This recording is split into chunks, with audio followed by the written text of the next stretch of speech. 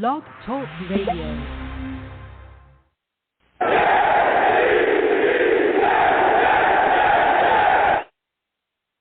What's going on, folks? It's your boy Long Beach Joe, and we are back at it, and we are talking Jets. Listen, boy, oh boy, do we have quite a bit to talk about tonight. The New York Jets contract situation with Marcus Maye, things are not looking so sweet, okay? I'm going to be completely honest with you. Things are not looking so sweet. We're getting a lot of news coming out. You know, the sides seem pretty far apart. We're going to get into that. We're going to talk about other things as well. Within the safety position. We're going to talk about the safety position tonight. We're also going to talk about players along the offense as well. Mekhi Becton, ranked a top 10 tackle by ESPN. We're going to get into it all. So listen, I am the man of the people. I am here for the people. Let me shamelessly promote my Facebook page. Everyone go on Facebook, search The Long Beach Joe Show. Like that page. My content's up there. Go ahead and give it a listen. Message me. I'll message you right back. I love going back and forth with folks about this football team. Also, leave me some feedback. I love hearing about what you folks think I do here on The Long Beach Joe Show. So without further ado, folks, let's go ahead and get into the show. I am fired up. I'm also on iTunes as well. Okay, you can go on iTunes, The Long Beach Joe Show. You can subscribe to my show on there as well. I'm also on Blog Talk Radio too. Go to Blog Talk Radio /The Long Beach Joe Show. You can check my show out on there as well. Also, I stream live during the show. For those of you that are just listening to me on Blog Talk Radio or just listen to my podcast, you can go to Long Beach Joe Jets, and subscribe to my YouTube channel over there. We live stream. We talk about the Jets over there, and we get into it, so you can see the show live. We have a lot of fun. We do other things as well, game and all kinds of stuff. We play video games together and have a blast. So please head over to my YouTube as Long Beach Joe Jets and, join the conversation over there. So listen, we're going to get into it, man, because we got quite a bit. This situation with Marcus Maye is completely crazy. It's really started to spin, especially, with that contract deadline coming up. On the 15th, and it seems like the deal's just not going to get done. So there's a lot to be talked about that. So we'll get into that in just a second. But before we go there, everyone knows that I am a fan from California. Everybody knows that, Didn't grow up in the New York area, didn't grow up in the Jersey area, but I love the Jets. And I love connecting with fans that are, from around the world that love the team just as much as I do. But it's always special to talk to fans that are outside of that New Jersey, New York area and talk to them about what their experiences are like being Jets fans from different areas and doing different things, how they come together and connect. So tonight I'm going to have on Adam Bartolo of the Virginia Jets Fans Club. I'm going to have him come on, and we're going to speak about what they do in Virginia and how they have a good time and come together and watch this football team together and cheer on the Jets no matter what happens. So, Adam, I want to thank you for coming on tonight. How are you doing tonight, my friend? I'm great, Long Beach Joe. How you doing? I'm doing great. And again, I want to thank you for coming on. And I want to start right with you, man. I want to know, Adam, what made you a Jets fan? It's a lot of people, they know the exact moment. They'll say I'm a fan since birth. For me, it was more of a gradual process. I grew up in central New Jersey in the 1980s. So you had that really good mix of Giants and Jets fans. And, of course, the Giants were the team back then.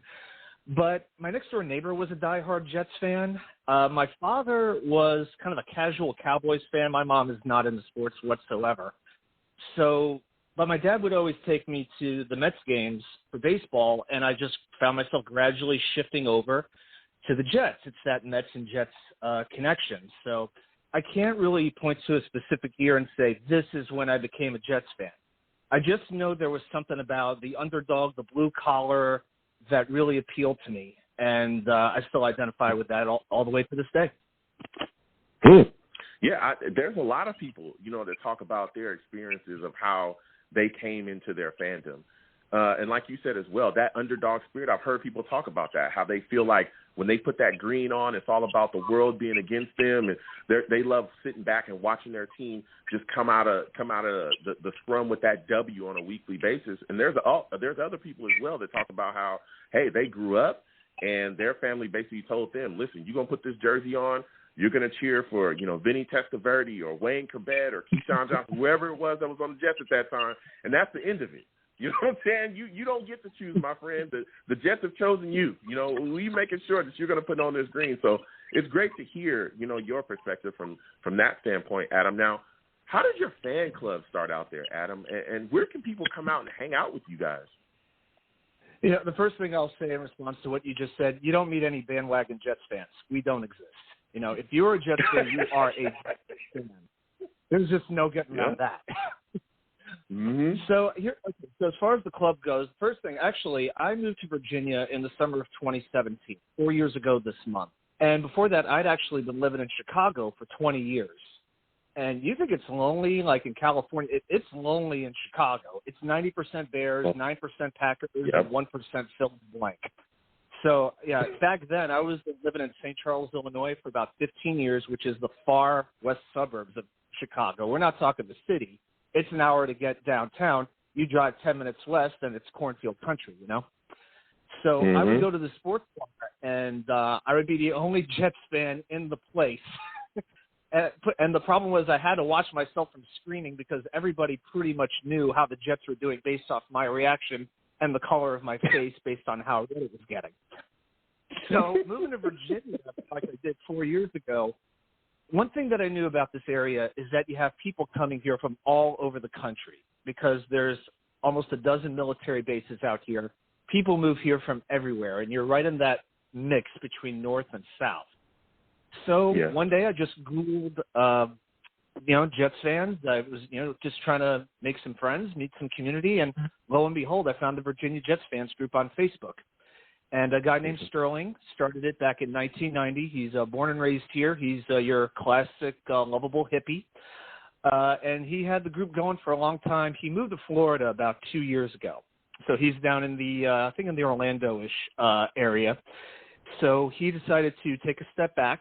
And to make a long story short, he wound up giving me the position. I wound up leading the Jets fans cheers my first year. I would lead the Jets, Jets, Jets, Jets chant from the first season. I don't know why. Maybe because I was one of the younger ones in the group, or they just knew how loud I was and that I could, they could hear it all the way throughout the restaurant. But they gave me the fireman after my first year. We actually have award ceremonies in this group. It's pretty crazy. Oh yeah. Okay. This is the neat thing about this group. This is not a group that just shows up at 1 o'clock on a Sunday, says goodbye at 4 o'clock that afternoon, and I'll see you next week. We have off seasons. Now with COVID, it's been limited, but we have a chili cook-off every year. We have a family fun day, a pool party. We've done Admirals hockey games, Norfolk Tides baseball games, happy hours at local breweries. It's not just about football. It's really about family. It's about friendship. I mean, my best friends in Virginia are in this group. And I never thought I'd have something like that when I was in the Midwest, and to have it here is just tremendous. But so, yeah, we have in our Facebook is the main way to get hold of us, by the way. Just type in Virginia Jets fans on Facebook. We'll pop right up. We've got over 560 members right now. And even last year in the pandemic, we would still have about 25, 30 people showing up. And that's when the team was horrible and a lot of people were still staying home for health reasons. So it's definitely a devoted group. And we meet, by the way, in Norfolk, Virginia, at AJ Gators on Shore Drive. So that's the north side of Norfolk on Shore Drive. We've got our own little corner that we get set up. And we have, viewing screens for every game. And we just have a great time. We show up, we're loud, we're proud. Yeah, and that's what it's all about. And that's why, like I said, I just love hearing about Jets fans being able to connect, even though, they're not in that Jersey or New York area. Jets fans just being able to get together, watch the team, and just show their love for everything that they're doing. Now, again, you talked about everything you do with your fan club and how great you guys are and all the competition you folks have. Now, I want to talk to you a little bit about just the team itself there, Adam. Give me your thoughts on this situation with Marcus Maye, man. How are you feeling about the Jets and them not seeming to be able to get a contract done with him yet? I am looking at this in the big picture. I'm not looking at this player by player. For the first time in probably 10 years, I feel confident in both the head coach and the general manager, that they're on the same page, they have a plan, And one thing with Joe Douglas, we know he's not going to overspend. So, I mean, Mike McCagnon would do that. John Idzik would do that. I think they have an idea for what kind of player Marcus Maye is. And he's a very good player. He's a leader. We respect that. We appreciate him. But is he that real impact safety? I mean, he's not like a top 10 safety in the league, in my opinion. So I think I'm okay with letting him play out this season. Let's see what happens. And if he wants to stay, if the feeling there is mutual, maybe they need a year. Maybe Robert Saleh needs that year to get to really know Marcus Maye, and we'll see if that fit is there. But am I panicking about Marcus Maye not going to have a contract by July 15th? No, I'm not. And the other thing with this contract, from what I hear, the contract that was being offered was going to be about $8 or $9 million a year. You know, if that was if that's what was being offered by the Jets, I'm not taking that contract if I'm Marcus Maye. No chance. That's less than the franchise tag. Yeah, it is. You know, they were offering something like 20% below. Now, my next question for you, Adam, it was great to hear your take on that. And my final question for you is, what are your thoughts about Zach Wilson? How do you feel about the Jets drafting him, and what are your expectations for him going into this season? I still remember watching those games throughout the season and feeling so torn about, we want them to win, but then they're going to lose Trevor Lawrence. Pretty much when they won that first game, I think most of us knew Zach Wilson would be the guy. But you know what? You need to surround a quarterback with talent. And the guy I wanted in the draft more than anybody else was Elijah Vera Tucker. I had done some mock drafts to the point where I was almost ashamed of myself. I was breaking down 5th and 6th rounders, but Elijah Vera Tucker was the guy I wanted, and I could.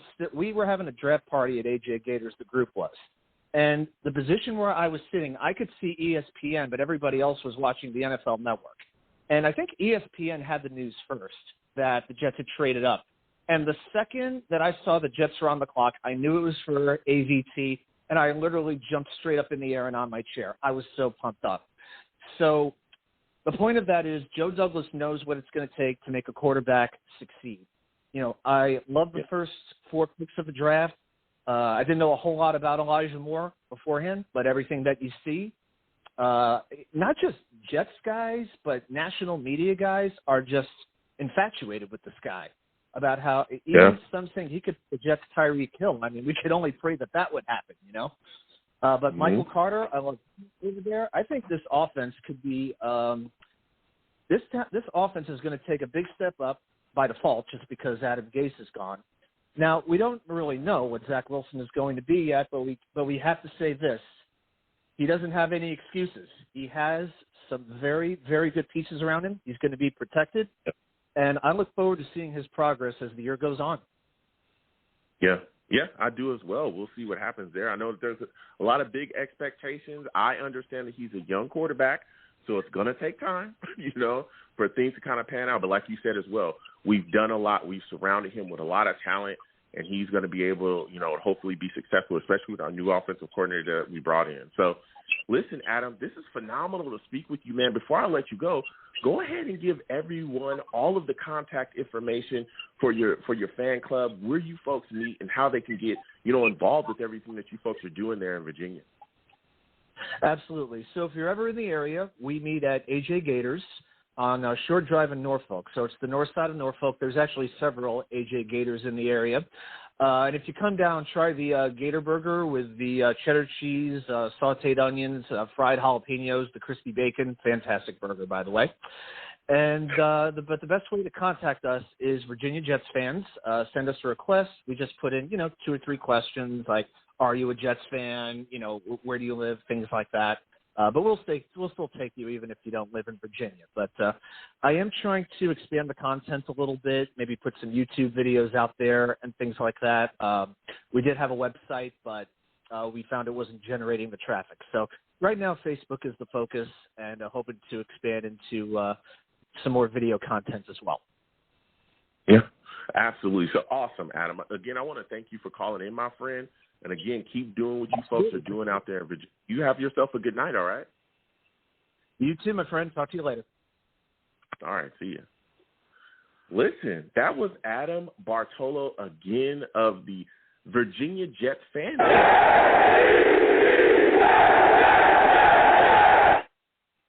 Yeah, he's calling in. Listen, they're doing a lot of big things out there in Virginia. Again, you can go on Facebook, search the Virginia Jets fan club. They'll pop right up. And I'm telling you, get involved with everything that they are doing out there. That's a fan club that is very active. As he talked about the chili cook-off, all the things that they are doing, they are absolutely phenomenal. So, again, salute to him, and I want to thank him for coming on the show tonight. So, listen, folks, we've got to dive into it. This situation with Marcus Maye and this contract situation, it is really continued on here. And we all hope that going into this offseason that we would actually be able to get a deal done with Marcus. When you look at the situation, especially after the nonsense and drama that we dealt with Jamal Adams and all that stuff going on, Marcus Maye was here through all that stuff. And this was a guy that stepped up. He's a team leader. His play the entire season was solid. You looked at the games that we were winning, the games that we were in. He was a big part of a lot of that stuff. This was a guy that put on, and he was always quiet. No drama, no nonsense, none of that stuff out of Maye. He was a guy that just put on. The skill was there. Everything was there. But things they didn't work out. We weren't able to get a deal done, and now more things are coming out talking about negotiations around that time, that things were really falling apart, especially around that tag deadline, as Adam talked about as well. Seems like the Jets were trying to offer him about 20% less, $8-9 million, something like that in the realms of that. So that was lower than the franchise tag. They were trying to offer him $8-9 million a year. He didn't take that.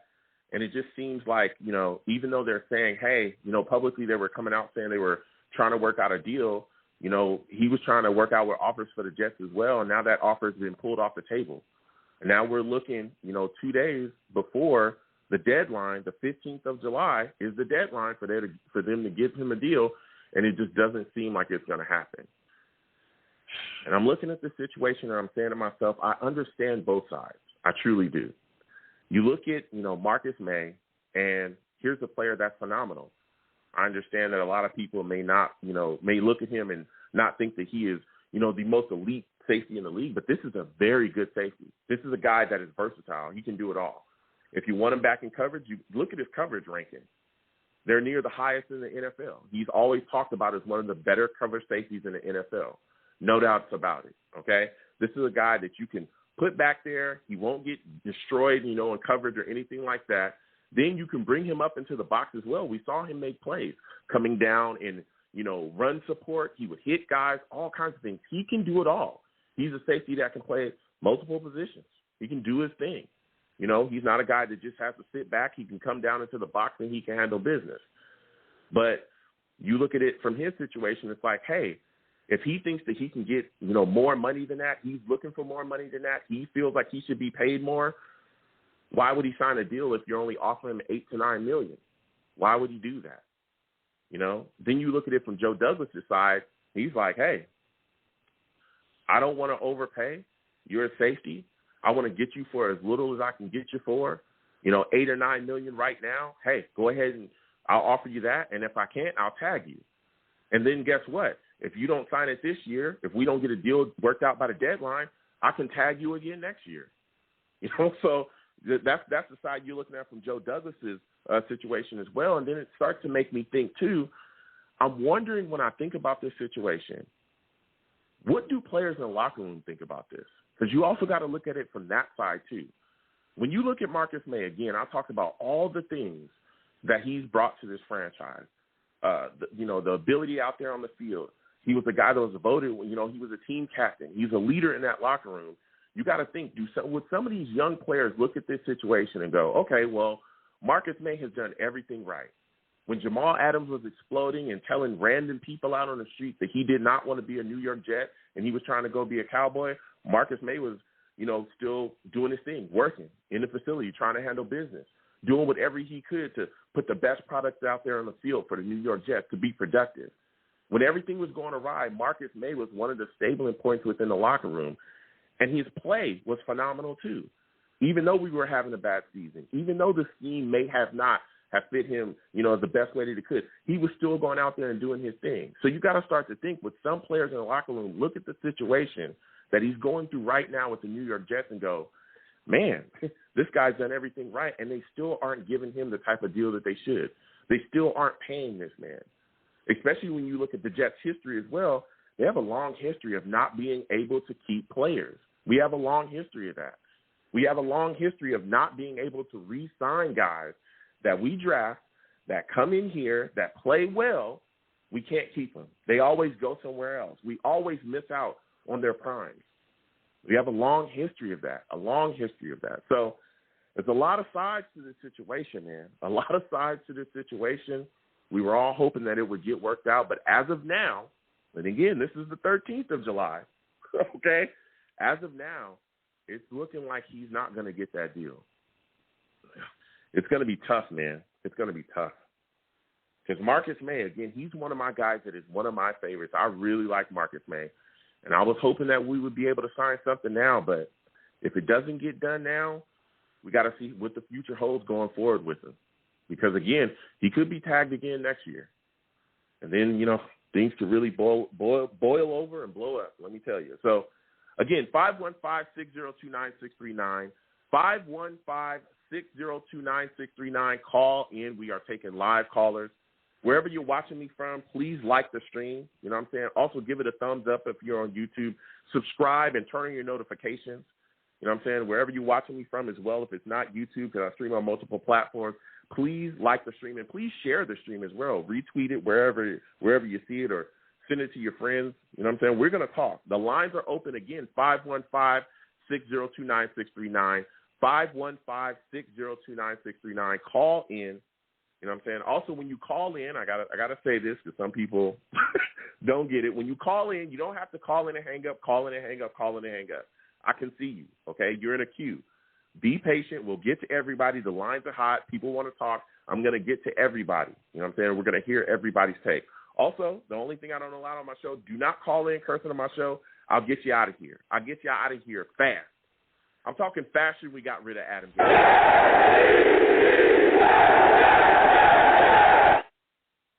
That was fast. We got his ass out of here. So we're going to get to these lines again, 515-602-9639, 515-602-9639. Call in. First guy I'm going to on the docket, man. Listen, I got to go to my guy Steve, man. I'm going to my guy Steve. My guy Steve is on the line. Salute, Steve. I want to thank you for calling in tonight. What are your thoughts about this situation with Marcus Maye, man? There's a lot of talk. There's sources talking about how, hey, the Jets have offered him, 20% less before the tag deadline. They were offering him 20% less than, the average per year on the tag.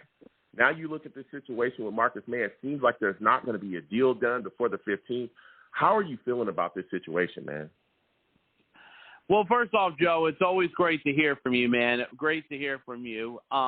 Before I get into the talk, I wanted to let you know that the guy who you had as your special guest, the guy Adam from the Virginia Jets fan club, I just went on to be a part of his group for the Virginia Jets fan club, and I just became friends with him on Facebook, social media. Nah, he was a great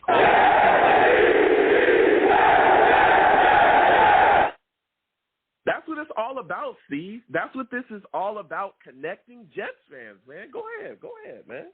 I wanted to just get to that first. But now, talking about the Marcus Maye situation, listen, Marcus Maye last year was the best defensive player on the team.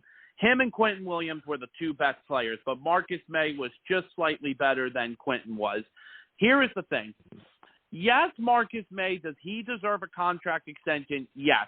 Now, the only thing is, though, that does kind of worry about it is that now that it's not going to happen is he going to make an attempt to hold out a training camp? Or is this going to be a situation now where his agent posted on Twitter today about the fact that he may not get the extension, but he apparently, said that because now he's trying to put the pressure on the Jets front office, not Marcus Maye, but his agent. Like he's trying to put the pressure on Joe Douglas. Listen, here's the thing. Joe Douglas, out of all the general managers that we've had for the years, from Tannenbaum to Izek to McCagnon, now we have Joe Douglas. Joe Douglas is the type of a guy, and I know that Robert Saleh wants to see, like, in his situation, too, when he plays as well. The thing is, I think Saleh and Douglas may want to see a year. I know Douglas says that he wanted to give him an extension, and I kind of had a feeling that Joe Douglas was going to try to go the cheaper route, which I know that his agent and May is not going to accept. I mean, listen, I'm not going to panic about it right now, but because the thing is, like, the only way I'm going to start panicking is if May is going to say that, you know, I'm going to possibly hold out. Okay. Well, listen, Steve, I hear what you're saying there, and I understand not panicking. I really want to break this situation down with you because you know your stuff when it comes to these New York Jets. Here's the deal. I'm going to start, you know, with the side of the players, okay? I look at this situation. If I'm a player in the locker room, I'm saying to myself, hey, man, Marcus Maye has done everything right, everything.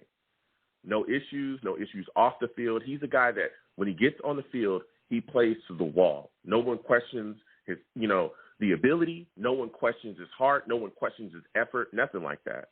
So if he's given it all to the Jets, you know, and they still have not found a way, you know, to work out a deal and re-sign him, don't you feel like other players in the locker room would look at this situation and go, if this guy's done everything and given it all to the Jets, then and they haven't re-signed him, there's no chance of them giving me a deal either.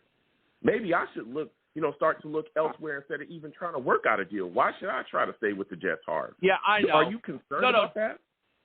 Yeah, no, it is, Joe. But you know what it is today, and unfortunately this is today in every sports world. It's not only football. It's not only basketball, baseball, hockey. It's all about one thing, the money. The money. It's always been about, it's always about the money. Like, hey, listen, Remember when Jamal Adams said last year the kind of contract he wanted if he wanted to stay with the Jets? 5-year deal, $100 million, $20 million guaranteed. You know, let me tell you something. If Mike McCagnon was still our general manager, he would have given Jamal Adams that contract, okay? And then we would have been so screwed for many years, Joe, if that contract happened. We would have been done if that contract happened. But you know something? Listen, Joe Douglas is a football guy. I know he did say in the offseason he wanted to give Marcus Maye an extension. I remember when he said he's going to give him an extension. But let me tell you something right now. I'm not going to panic just yet. I'm not going to basically say, okay, you know, why isn't Maye re-signed to a new deal? You know, I don't know what's going to happen. But you know something, Joe? Listen, I know that was the one thing that was a bummer today. But the thing that was the most exciting thing that happened today is that training camp back in Florham Park, New Jersey, is officially reopening to the public. Fans can go back to Florham Park, New Jersey for practices. Now, I know, unfortunately, Joe, you can't see them because you're all the way out in Cali. But you know something? But the one thing is I'm looking forward to is August 7th is when they'll have the green and white practice at MetLife. I know you may not see it in person. I know you're going to probably live stream it, which I know you've done before in the past. But, you know, it's definitely going to be an exciting time because the thing is, Joe, now I know I said this before, you know, going into the season right now, and I know you want to address one position with the offense. That cornerback position still worries me. Listen, I don't know what's going to happen with the corner position, but we're going to find out. It's just excited to see what Robert Saleh does with this team. Yeah, you know, Steve, I mean, you hit the nail on the head. I think a lot of people are concerned about that cornerback situation as well, especially when you look at Bless Austin. You know, there's a lot of question marks on the cornerback position. Like I was just saying, Bless Austin, big-time question mark. You look at the situation with Bryce Hall. You're wondering if he can be consistent within the second year, if he could step up, if we can see more out of him.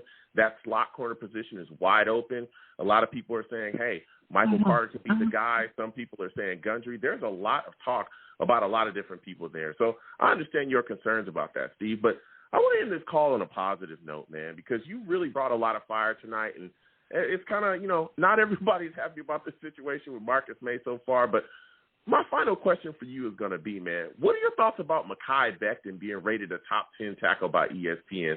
That's something to hang your hat on, right? Are you happy about that situation? He absolutely deserved it, and he got absolutely robbed by not being in the – I mean, even though we didn't have a Pro Bowl last year, he should have been a Pro Bowler. I don't know how he does not become a Pro Bowler. I don't know how he doesn't become a Pro Bowler.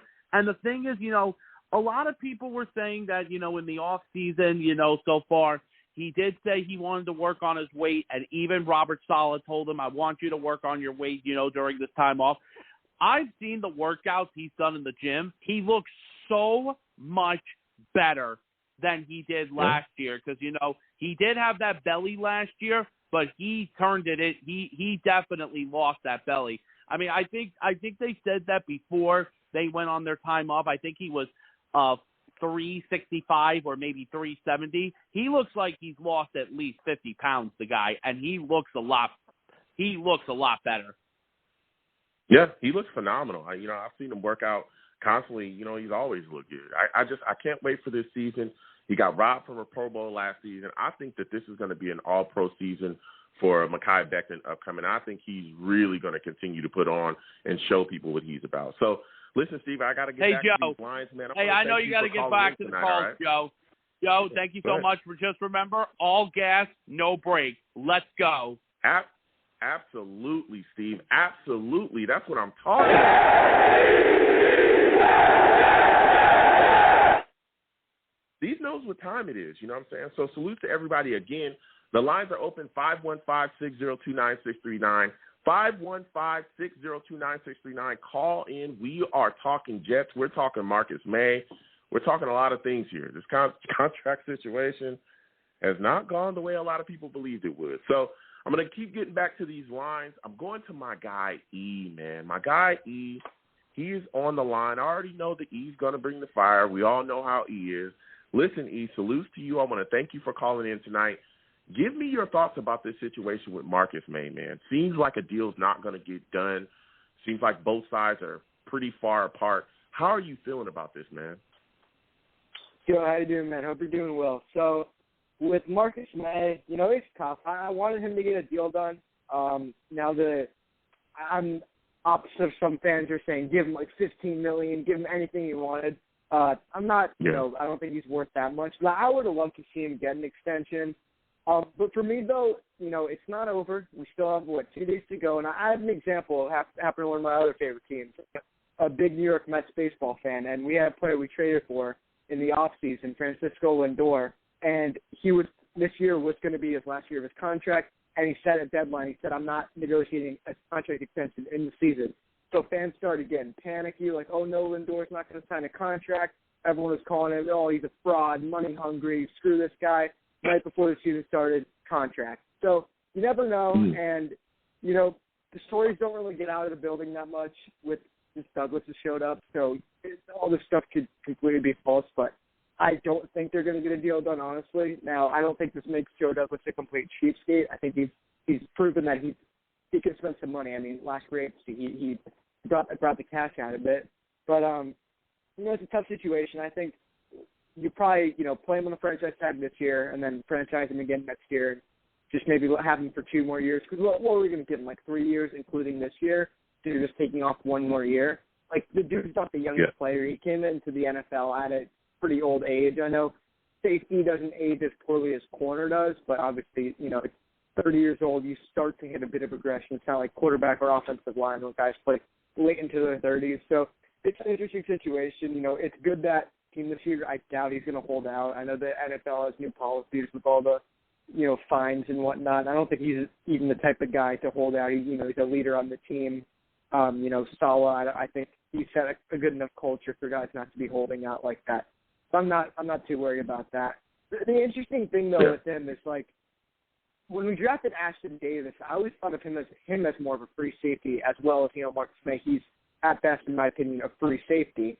So maybe that might be why that they're keeping Marcus Maye only for 1 more year, only for 2 more years, because they want to make Ashton Davis the full-time free safety, because I don't think he'll be a starter at either spot with Joyner this year.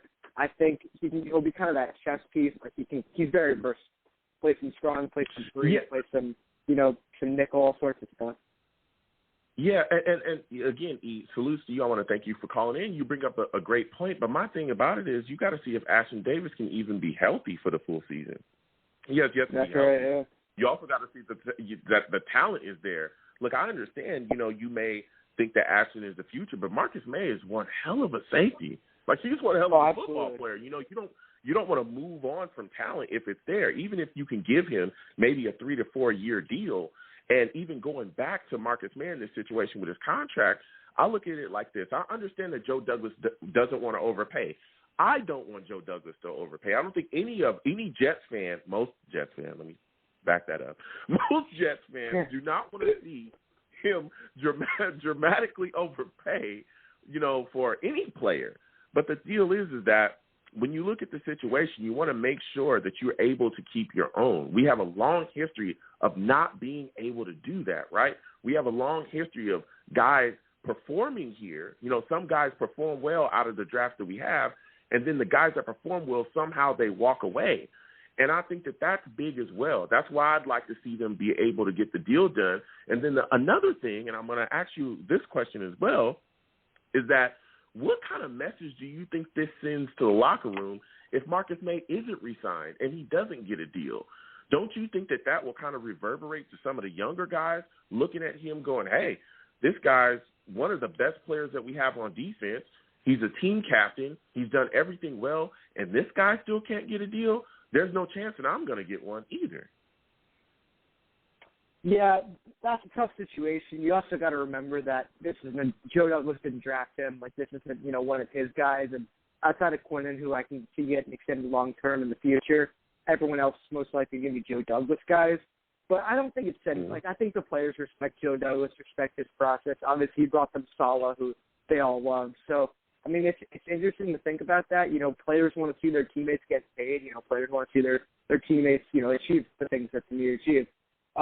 So it's a tough situation, man. But I don't think it's going to be, you know, too big of a deal. Yeah.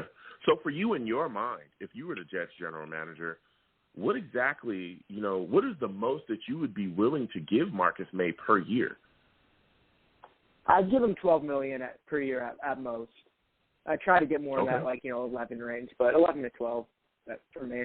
Okay. Especially since you were able to bring down Crowder's contract a bit, and Moses wasn't too expensive. Like, you have a decent amount of cap left too. So.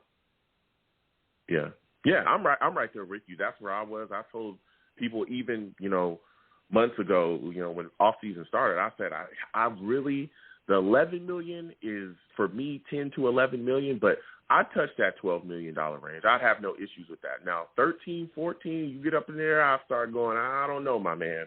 And I love Marcus Maye. But, and you're a big Maye guy. Yeah, I'm a big Maye guy, but I don't want to get too crazy for a safety. But $12 million for me, that's a solid number there. So I'm hoping, again, we're all hoping that the Jets get a deal done.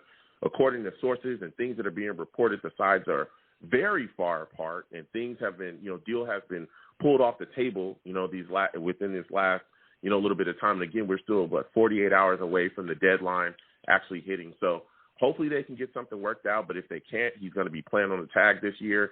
And who knows, if they can't get anything worked out, you know, next year he might be playing on the tag again. You know what I'm saying? So it's a sucky situation. But I want to talk to you a little bit about the rest of these safeties, though, E, because you brought up a guy that I'm wondering what he's going to do coming into this season, a guy, Ashton Davis. Now, like you said as well, you believe he's talented. I believe he is too, but we saw he had an injury issue. He's still recovering from it. So now when you look at this situation, he's coming in, we're running a 4-3. What are your expectations for him this year, man? Because we saw a little bit of flashes here and there, but he had some plays where he was getting cooked too. So what are your thoughts about him, man, going into the season, and what are your expectations? Yeah, I don't think Davis looked great last year, to be honest. I know there was that one play he actually got roasted against the Chiefs. Yeah, got turned around, Yep, it was ugly. But for him, I think he'll be the third safety this year, but I think he'll get decent playing time. Now, I don't think he had much of an injury history in college, so but one injury. I guess it was pretty severe, but it was towards the end of the year. I believe it was a knee injury. So he needs to get healthy first and foremost. But I think bringing in Joyner, you know, a veteran mentor, leader, and fits the system well, that he'll play really well, and I think he'll have the starting strong safety job. Like I said, I think Ashton Davis will be moved all over the place, kind of, you know, sub linebacker, play a little in the nickel.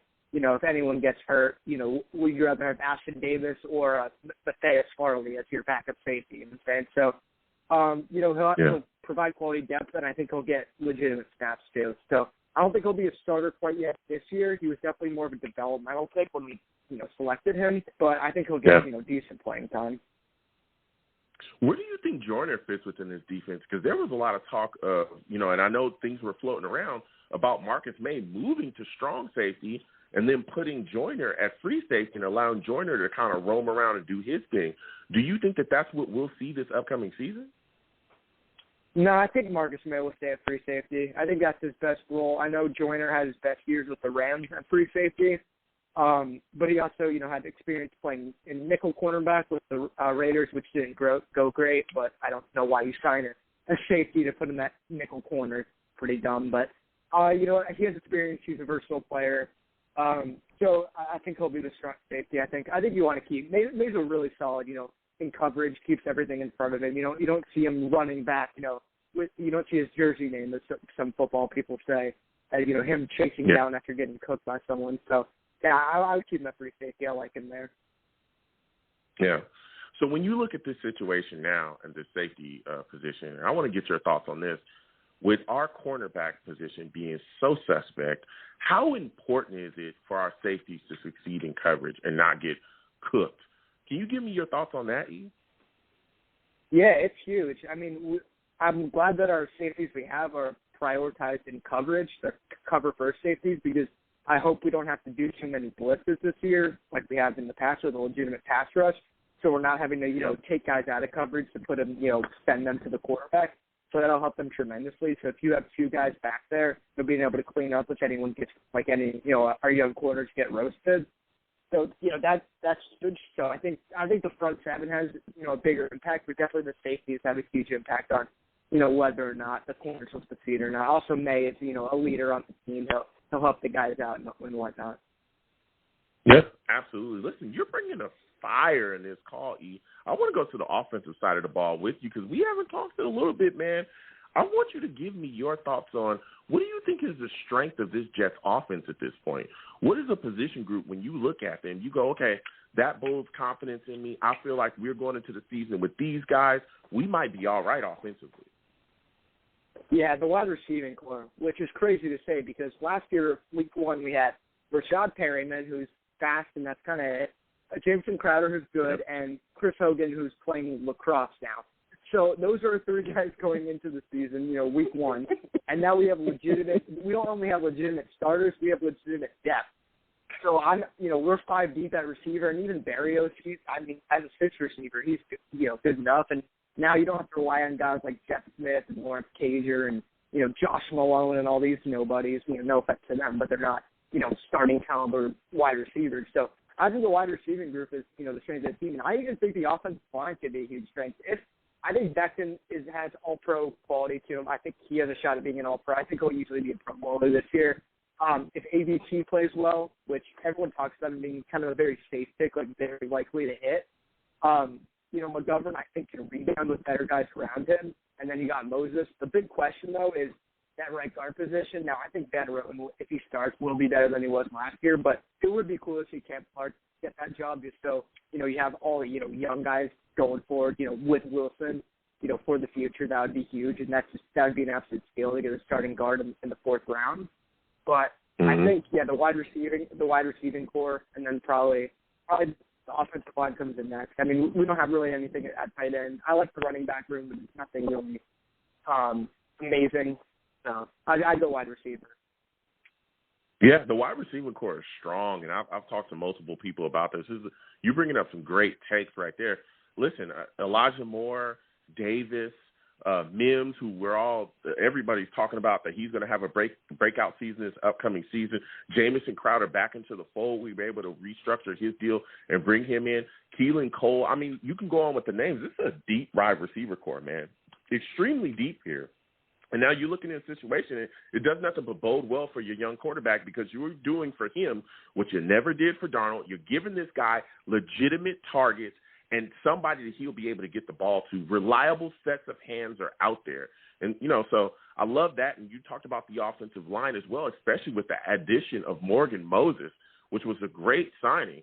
This offensive line is looking solid. We still got a question mark there at right guard, but hey, you look at this line and we're much improved. So Joe Douglas has done his thing, especially bringing in a guy like Elijah Vera-Tucker, man. I mean, this is a guy that's going to be a beast this upcoming season. So I'm extremely excited about what Joe Douglas has done up front. Now, my final question for you, E, before I let you go, because you really brought the fire tonight, my man, is what are your thoughts on Mekhi Becton getting some love and being rated a top 10 tackle by ESPN? Are you surprised that the media kind of is, giving the Jets a little bit of love? Because usually they just dunk on us 24 hours a day. Dude, how are you feeling about that, I'm man? shocked about that.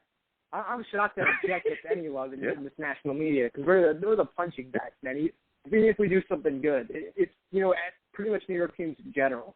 It seems to be the little brother New York teams as they call it. But it's great to see Becton. I think a lot of it is projection because did he play like the number 6 tackle in football? No, but that's just because there's so many great tackles in football. So I don't know who ranked in front of him. Obviously, studs there. But I know guys like Trent Williams, I think, were ranked behind him, and Teron Armstead. So, I mean, if you can get an elite left tackle like Mekhi Becton, if he can stay healthy, which seeing how well he's been conditioned recently, seeing how much weight he's been losing, I'm confident he can do a better job of staying healthy. Dude, he's going to be so fun. Like, offensive linemen are never, very fun to watch. Dude, Becton is the exception. He pancakes guys. He's awesome, man. Yeah. Listen, E, you have had a great call. Let me give you a hand, man. See your audience, please, man. Yeah.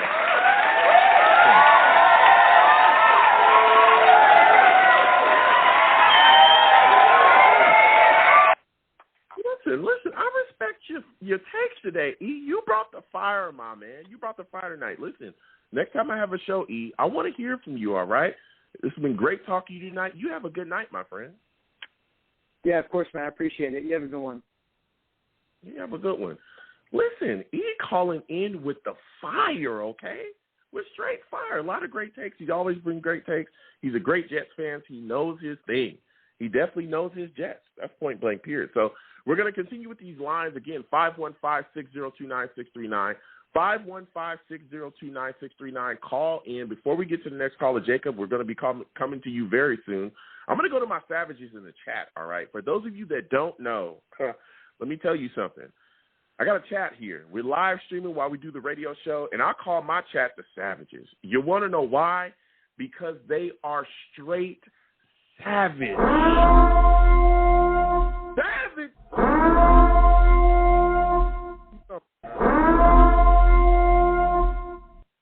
Tell you something. These people in the chat, they get after, okay? If they don't like your take, they're going to let you know about it, all right? If they not feeling what you're saying, they're going to let you know about it. If they feel some type of way about a player, they're going to let you know about it, all right? If they got something to say, they're going to let you know about it. So we're going to come to them. And right now, man, Sean Bennett in the chat, salute to Sean Bennett. Sean Bennett says, I'd give Marcus Maye 3 years, $36 million. Yeah, I could see that. I think he said something close to that. About $12 million per year. It's a good deal right there, man. I could see that, and I think that's where, they could fall. I really hope that this deal gets worked out, but we'll see what happens. Also, salutes to Baked Mangold as well in here. Baked salutes. He says, I found my new favorite Jets YouTube channel. Thank you for joining. Thank you for coming in, my friends. Subscribe. Please turn on your notifications. Everybody, please, again, if you have not subscribed to the channel, please do turn on your notifications, give my stream a thumbs up, and please share my stream as well. You know what I'm saying? Salutes to everybody. So we're going to get back to the callers. Again, 515-602-9639, 515-602-9639. Call in. The lines are open. We're taking all callers, and we are talking Jets, okay? Listen, I'm going to my guy Jacob, man. Jacob got some takes, all right? Jacob, salutes to you. I want to thank you for calling in tonight. Jacob, listen, this situation with Marcus Maye, it's so far from what we're hearing in the reports, things ain't looking so good. It's looking like we're not going to be able to get the deal done with him, and he's going to go into the season playing on the franchise tag. What are your thoughts about this situation, and how you feel about the Jets contract situation right now with Marcus Maye? Hey, how's it going, Joe? It's been too long since I've talked to you last, so I'm glad to be back on here and talking Jets. Absolutely. And I would say, with the Marcus Maye stuff, from the second Joe Douglas got here, he's made a lot of moves where at the beginning people question it, and we start to worry a little bit, and he always comes through at the end and sort of, calms us all down and we get what we wanted. And it starts with, free agency. On the first day, we didn't really see anything happen until pretty late that night. And we were wondering, what is he doing? He's not going to sign anybody, and we're all panicking and stuff. And then he goes and gets Carl Lawson, and he gets Corey Davis, which were two of the top guys on the board for their respective positions. And the same thing goes for the draft. We're worrying, are we going to get that offensive lineman? Are we going to get that wide receiver? I don't know. And he comes through. And so it's another situation to where, there's going to be fans who panic about it and say Marcus Maye isn't going to come back after the season. We're not going to get him to sign an extension. But I think he will end up coming through if he feels that this is really an important guy to keep on the team. And I think if Robert Saleh really feels that connection, they're going to work together to make it work. They'll find some way to make it work. And it's not like we're low on cap space or anything. I heard that next season we're also going to have $70 million. So we're not running low on cap or anything. It'll all work just fine. Yeah. So for you, when you look at this situation, and you've had a really solid take there, Jacob. For you, if you're the Jets general manager, what exactly would you look to give Marcus Maye per year? What number would make you comfortable to give him per year in a contract? I think the number that the other two people have given so far with that $12 million I think it's perfect, because it doesn't put him in the, breaking the bank, resetting the safety market value number at all. But it's also not telling him, you suck, you're going to be depth. I think it's that perfect ground for someone who's at that Pro Bowl, if not just a little bit below Pro Bowl level. I think it'll pay him his respect to where he feels like he's wanted, but it won't, we won't go crazy and give him quarterback type of numbers in a sense. Yeah. Yeah. No, I understand that, Jacob. Now, when you look at it from the side of the team, right, if you're a young player in there, if Maye isn't resigned, what type of message do you think that sends to the Jets locker room? If, young players that are looking up to him, even some of the other players, veteran guys that, aren't up for deals yet, what kind of message do you think that sends to them if they don't get a deal done, and are able to keep Marcus Maye for a while? I'll actually, at the very end of the call here, there's one sort of like point or thought I had that I thought would be kind of interesting, but that's off topic. Mm-hmm. But getting back to this, I think it sends a message that's not so great at the moment, but if he does get re-signed, which I think he will at some point, either during the season or next off season, mm-hmm. I think it'll prove to them that, you work hard, you keep your head down, and you don't start drama off the field, that it'll pay off and we'll recognize it with a nice contract. Yeah, yeah. So when you look at this Jets safety situation right now, what young player do you feel is going to be able to break out this upcoming season? Is like a guy like Ashton Davis, a guy you're looking to really take a step forward and have an impact defensively for the Jets this upcoming year? I'm actually looking at one of the rookies in Jason Pinnock, who is a pretty under-the-radar guy, as well as Hamza and Nasir Lildeen, or however you pronounce it. Those are two guys who I think are really being slept on. And, a lot of people, when they look at defensive backs, they look at a few numbers. They look at interceptions, of course, which a lot of people base how good a player is on defense as a corner based off of how many interceptions they have, which is plain wrong. That's one of the least important things, actually. And they look at the completion percentage against them, as well as like the quarterback rating against them. And in college, Jason Pinnock had one of the best quarterback ratings against him out of all corners in the nation, I'm pretty sure. And it doesn't really get talked about a lot because people like the big names and the first round names and stuff, but a lot of teams that are successful make their money off of finding guys in the late rounds who are going to be steals and who are slept on, whether it's an injury or something like that, like a Bryce Hall, someone who's had an injury in their past, and, teams like to say, oh, he's done, and you take a chance on them and to be great. And I think those are two guys who are those types of players where nobody's going to take a chance on them in the second or third round, maybe not even fourth.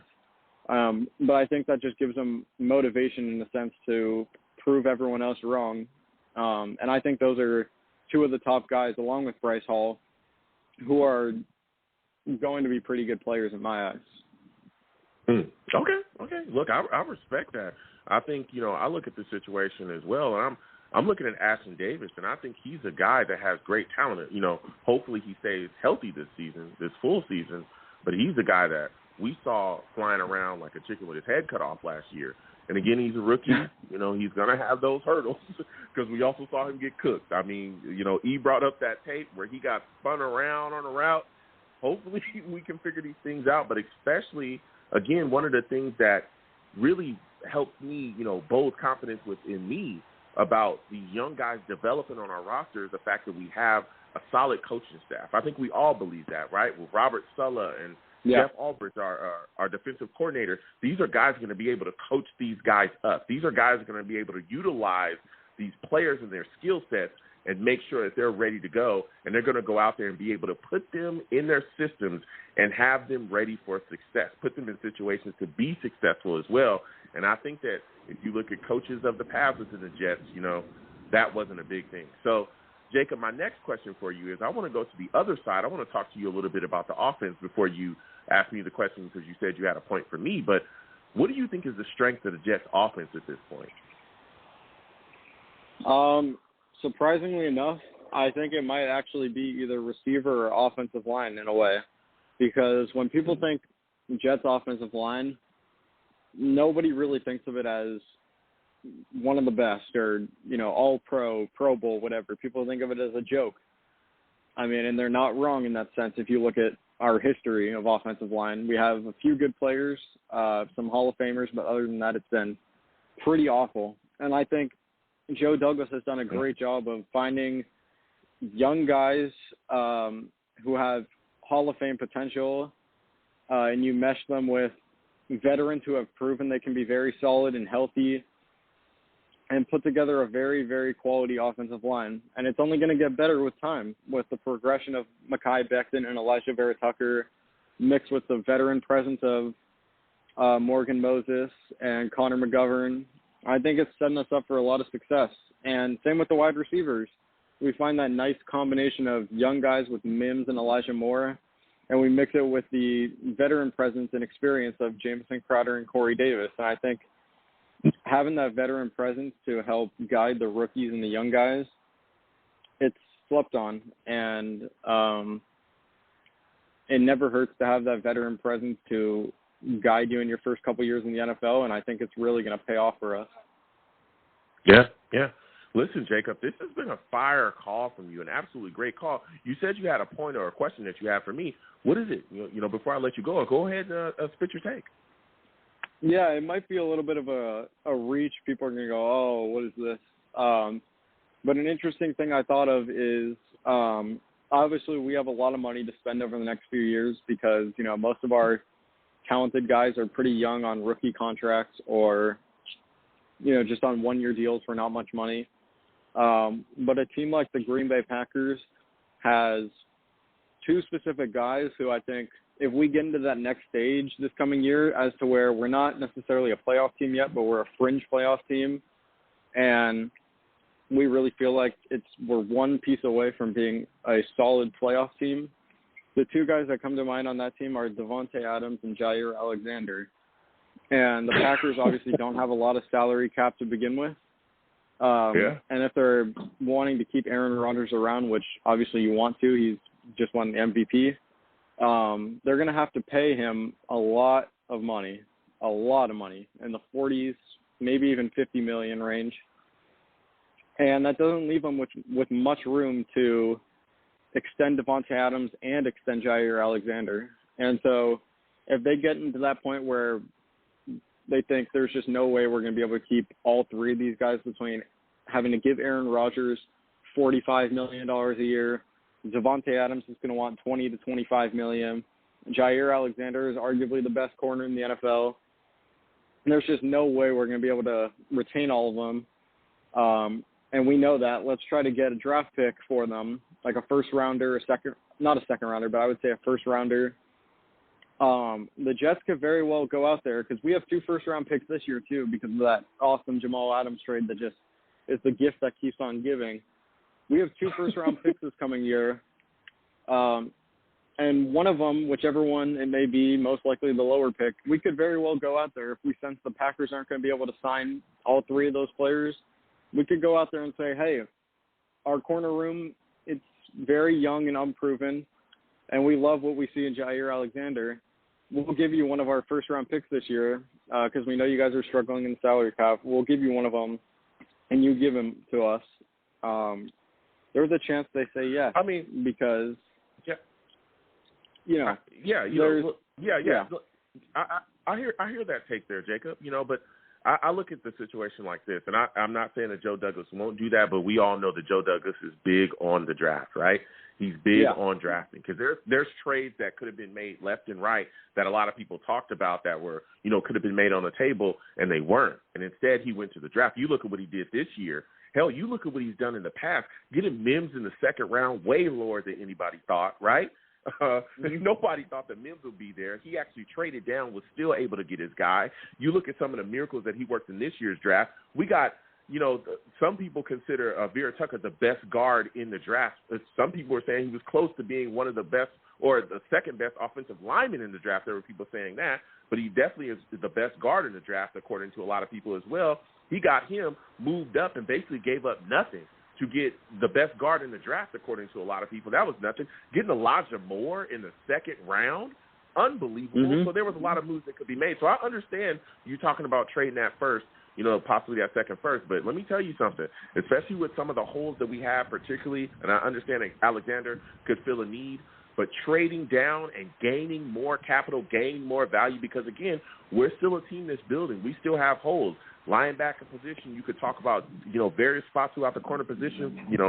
We'll see how this year shakes out, but there's a lot of questions. That's a move that could be on the table, but I could also see Joe Douglas utilizing that draft capital to continue to bring in players, whether it be trading down or getting a guy, that he feels is definitely going to be able to turn this team around. But listen, Jacob, this was a phenomenal call from you, man. You really brought the fire tonight. Give him a hand, everybody. Yeah, give him a hand.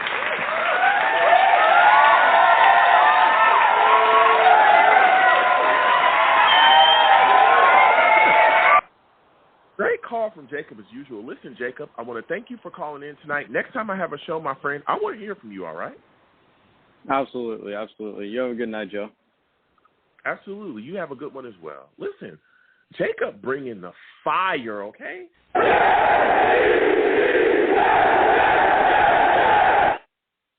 Listen, we're going to keep going to these lines again, 515-602-9639, 515-602-9639. Call in. We are talking Jets. We're talking the Marcus Maye situation. Donovan, we're going to be coming to you next, so get ready, my friend. Listen, salutes to everybody in the chat. I call my chat the Savages because they're straight savage. I want to go to them really quickly. My guy Gitmo Bob in the chat. Salute to Gitmo. Gitmo says, LBJ, the Jets don't retain their own players because most of our draft picks for the last decade suck. Why pay them? I hear that, Bob. I hear what you're saying right there, man. But there's guys that have been solid, and we have not been able to retain them, okay? You go back to the Maccagnan era. Everybody talks about a lot of the issues and things surrounding Mike Maccagnan, bad drafting, so on and so forth, right? But I think one of the biggest mistakes that he ever made was not re-signing Snacks Harrison. That was one of the biggest mistakes he ever made. If you look at who he actually chose to re-sign, that was the old Muhammad Wilkerson, and things just did not work out. Let me tell you something. But Snacks was one of the best. He was one of the best interior defensive linemen in all of the NFL. A lot of people said he was the best nose tackle in the NFL. And if you looked at the issues that we had going forward, teams were running on us left and right. We couldn't stop people up the middle, and it was a big time issue. He should have signed Snacks. We should have kept that guy around. He didn't make the move. There's other Jets as well that wasn't able to be retained too. So we got some guys that pan out. But when guys pan out, like I said, Gitmo, it's tough for us to keep them. So we'll keep getting to these lines again, 515-602-9639, 515-602-9639. Call in. We are talking Jets, okay? We're talking straight Jets. So I'm going to my guy Donovan, man. Listen, everybody that's listening, I like Donovan. He's a good dude. He's a Knicks fan. He wants to call in and argue with me about the Knicks. I don't want to argue about the damn Knicks. I don't want to do that. You know what I'm saying? Why would I want to do that? I don't want to have nothing to do with a team as trash as the Knicks. I don't want that. I don't want that. Your team is sitting there watching these finals with us, too. Here we go. You know what I'm saying? I want to talk Jets. He wants to talk Knicks. We'll meet somewhere in the middle because let me tell you something. The Laker gang, the team that I love, we done won a championship recently. What have the Knicks won? Nothing. Right next to that one, too. They want to argue with me, but they don't want to argue with Julius Randle. He's the one not showing up. He's the one not showing up. Can somebody call him? Can somebody call him? I mean, come call on. The rest of the team too. What do you want? What more do you want from me?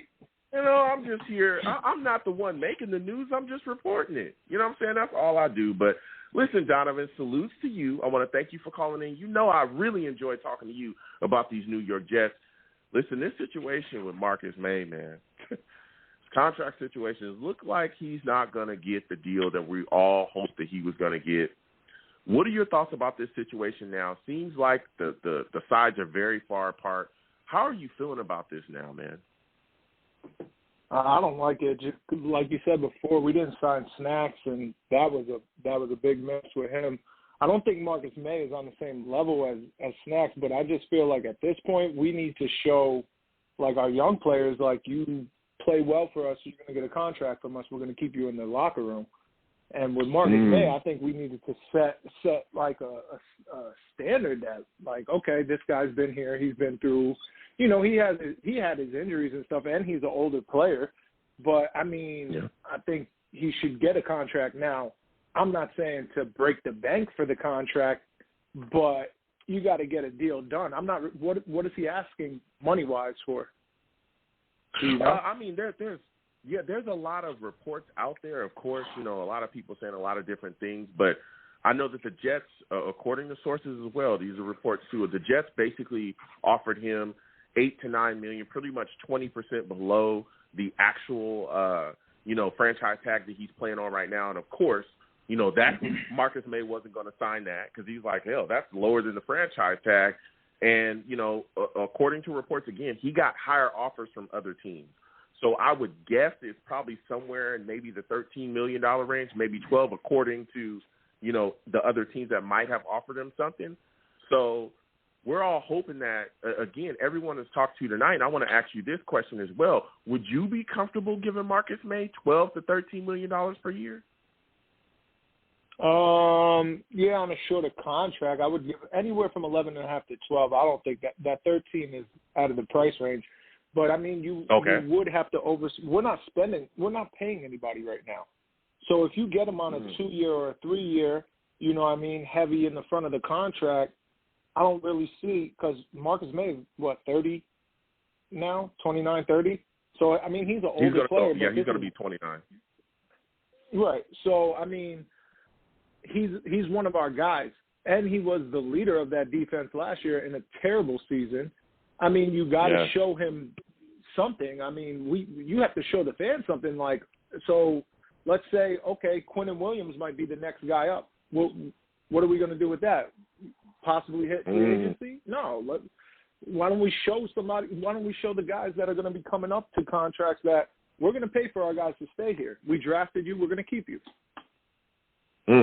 Listen, Donovan. Here we go. You talking that talk, and that's one of the things that I've kind of discussed with people tonight is, when you look at it, if you don't re-sign Marcus Maye, what kind of message does that send to the locker room? What kind of message does that send to young players when you have a guy that when all the chips were down and you had remember everybody, the beloved Jamal Adams, right? Everybody loved President Maul, his prayers, right? Remember when everybody was just all in love with Jamal Adams and he just flushed all of that down the drain. When he was going crazy, I'm talking about crazy, saying things publicly, talking in the media, doing his thing, basically telling, letting everybody know I will do anything and everything to get away from the Jets, Marcus Maye stood pat, was a team leader, played through the wall, and never stopped. No off-season or no off-the-field stuff, nothing, no nonsense with him at all. And so you just wonder, what kind of message does that send to young players in the locker room when you're watching a guy that's extremely talented, he's one of the better safeties in the league, never had any issues off the field, always been a team leader, like you said as well, we talked about it tonight, been a team captain, but you're still not willing to pay this guy? You're still not willing to give him what he feels like he deserves? You know, what does that say? What does that say, you know? Mm-hmm. And especially we don't want to have to go into another draft and look for another needed position in the safety. Why don't we just sign the guy that we have? We don't know what we have with Ashton Davis. You know what I mean? Yeah. That's going to be his replacement. So I say we should definitely sign him. But yeah, and this is my next question for you, Donovan, because you brought up a great point there. Ashton Davis, man, like you said, we don't really know because of the injury that he had last season. We were hoping to, you know, really see him fill things out. Now, again, he had some decent moments. He had some questionable moments. What are your expectations of him this coming season? Do you think that he'll be able to really turn around, take that step forward that we all hope that he will? I think he'll take a step forward in the fact that we have a real off season. He'll have a full year of what the NFL is like. I don't think he's going to make a giant leap and he's going to be the guy. I think there's going to. I think they'll probably put him in the box, blitz him, things like that. You know, but I don't think he's going to make a huge step forward. I mean, with the off season now and the staff that we have in, I think he'll flourish a little bit more. But he's still yet to see. What are your thoughts about a guy like Sherrod Nessman? Because we brought him in. Do you feel like he's going to be able to make some type of impact within that safety room as well? Nessman, where did we pull him from? He was a guy who was a free agent. He was with Atlanta. No, he was a guy that was with Atlanta. Played a little bit. We actually brought him in. Right, and he played with our defensive coordinator in Atlanta, right? Yeah. Yeah, I think he knows the type of defense they're going to be running. So I mean, he might be able to play along Marcus Maye. At this point, I hope we keep him and somehow it plays out the franchise tag. Mm-hmm. Yeah, I could see that happening. Now, I want to go to the offensive side with you, Donovan, because you're bringing some heat right now, man. What do you think is the strength of the Jets' offense at this point? I would like to say probably our running backs and our wide receivers. The running back position for sure, because I feel like Ty Johnson, he ran really well. Josh Adams ran really well for us, and then we added Tevin Coleman, and then we got Michael Carter in the draft. So that's a deep position. And the question is what they're going to do with LaMichael Pirine, because I think Ty Johnson and Josh Adams might beat him out. To be honest with you, they ran way better behind a terrible offensive line. Ty Johnson, every time he got the ball, he was averaging 6 yards a carry? Man, he was looking good out there. I like Ty Johnson a lot.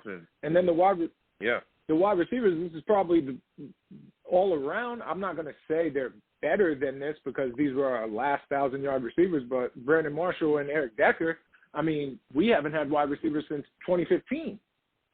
So, I mean, and it's not like it's like one main guy, because I'm not on the Denzel Mims bandwagon right now. I'd like to see more of him. But Corey Davis I would like to see what he's going to do. You got to realize he's coming from one of the best running backs in the league. You have A.J. Brown next to you. They had the tight end there too. It wasn't like he had to be the number one guy. There was weapons all across the field. So now it's going to be like, okay, well, you're the quote unquote, our number one receiver. Let's see what you can do at that number one receiving spot. But I think it might work well because, I mean, we have other guys around. So I think that's a strength for us. The linemen, give them some time, let them gel together. I think we might have something there. I still think we're one guy short. at the right guard position. Yeah. I think that's a hole there, within our offensive line as of now because it's a question mark. I personally think that Cam Clark is going to be the guy to fill in that right guard position. That's who I think is. Yeah, I really hope so. Because if you tell me Greg Van Roten or you're keeping Alex Lewis around, oh my God. Ooh, that I don't want to see those guys ever again. I don't want to see those guys ever again. I want them out of here as fast as possible. And so my final question, because you brought this up, and it's great that you went there, Donovan.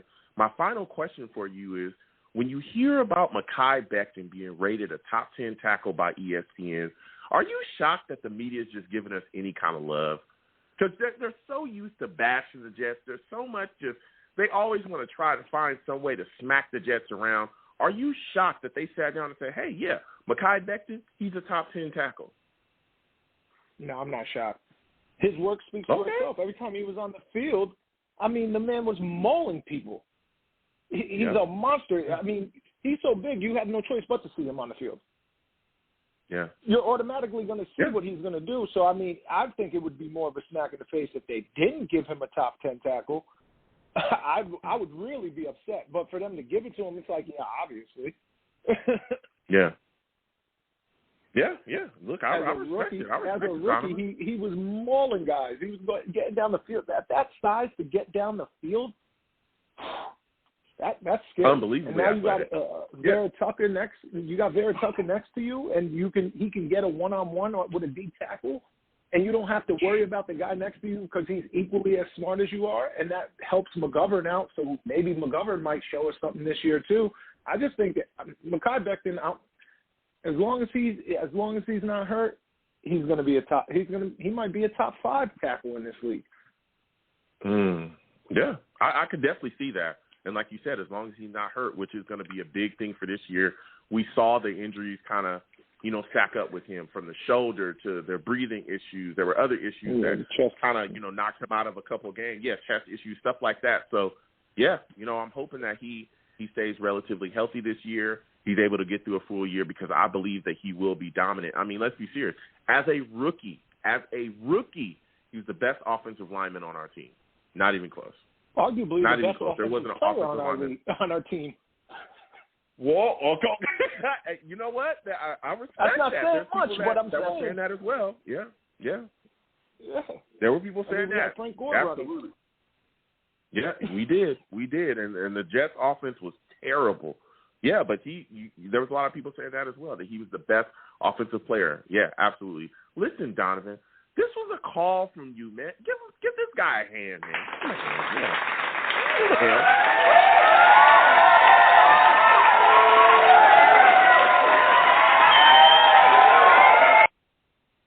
Listen, Donovan, you brought the fire tonight, man. You brought the fire tonight. It's always good talking to you. You know you're a Jets, man. Now, your basketball, I respect you. I'm not, a Knicks guy, but I respect you where you come from. I try to just mind my business. You keep bringing that to my doorstep. You got to rep my home team, man.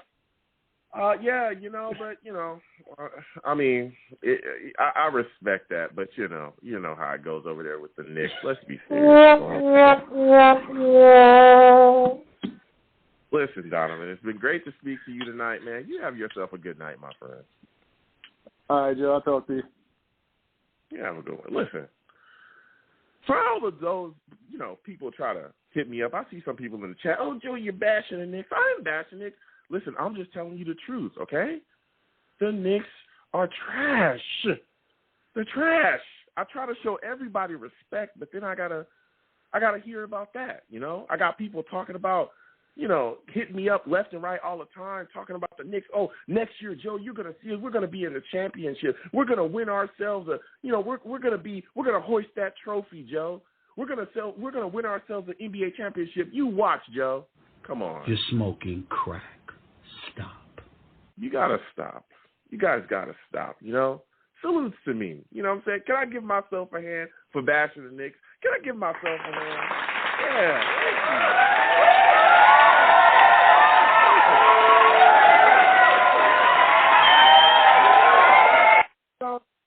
Nothing like a good Knick bashing to warm your soul. You know what I'm saying? That's what I'm all about here. But, you know, I'm here to talk about the Jets. Listen, it's been phenomenal to talk to everyone tonight about this situation. You know, this situation with Marcus Maye and this contract, man, I'm really, really hurting. I'm really hoping that we're able to get something done. Again, we're still 48 hours away. I understand the reports are out there. The sides are far apart, but there's still time. Hopefully we can get a deal done. And if not, we'll see what happens this coming offseason because, again, they could tag him again. They could tag him again. But like I said all night, this is a guy that's a big guy in the locker room. He's a team leader. There's a lot of players that follow him. You know, if you cannot get this guy re-signed, if you cannot make sure that he's a guy that you keep in your locker room, a steadying force, what kind of message will that send to young players? We got to see. But Joe Douglas is a very good general manager. I have nothing but faith in Joe Douglas. He's a guy that has shown us that he knows what to do. He has a plan. He's not going to overpay. He's not going to destroy this football team. He's not going to, be taken advantage of. And that's one thing that I love about him. But we'll see how he handles this Marcus Maye situation. Listen, tonight was phenomenal. We had a lot of great calls. I'm going to go ahead and close out the show now. I'm the man of the people. I'm here for the people. Let me shamelessly promote my Facebook page. Everyone go on Facebook, search Long Beach Joe. Like that page. My content's up there. Go ahead and give it a listen. Message me. I'll message you right back. I love going back and forth with folks about this football team. Also, leave me some feedback. I love hearing about what you folks think I do here on the Long Beach Joe Show. I'm also on Twitter as well at YoungJ000. Again, that is YoungJ000, the 30. Go ahead and follow me. I'll follow you right back. You want to troll me? No issues. I am the troll that lives under the bridge, and I will have my Vera Tucker jersey on at all times. Fight on, UFC. Fight on. That man is going to be a beast this upcoming season. Vera Tucker is going to be throwing people all over the place. He's going to be slinging people everywhere. Just run to the left side. Mekhi Becton, Vera Tucker is said and done. So please, again, follow me. I'll follow you right back. You want to troll me, no issues. I am the troll that lives under the bridge. I'm also on YouTube as well at Long Beach Joe Jets. Long Beach Joe Jets on YouTube. That's where you can find the stream, live stream through there. So you can find the stream. You can, check it out live when we're live. If you subscribe, turn on your notifications. Also, please give my videos a thumbs up too. You know what I'm saying? So please go there, check it out. If you want to troll me on that, no issues. I'll troll you right back. Just hit me with a comment, and let's go back and forth in the comment section and troll each other. So, again, people, wherever you see me, no matter where you see me at, because you will see me, okay, it is arms out, chest open, free hugs for everyone. Free hugs for everyone. The hugs will cost you absolutely nothing. They will always remain free, all right? I want to thank Adam Bartolo for coming on. Phenomenal to speak with him again. Virginia Jets fans, you can type that in on Facebook. Check out everything that those folks are doing over there. Again, I want to thank him for coming on. It was phenomenal to speak with him. You folks have a good one. Peace.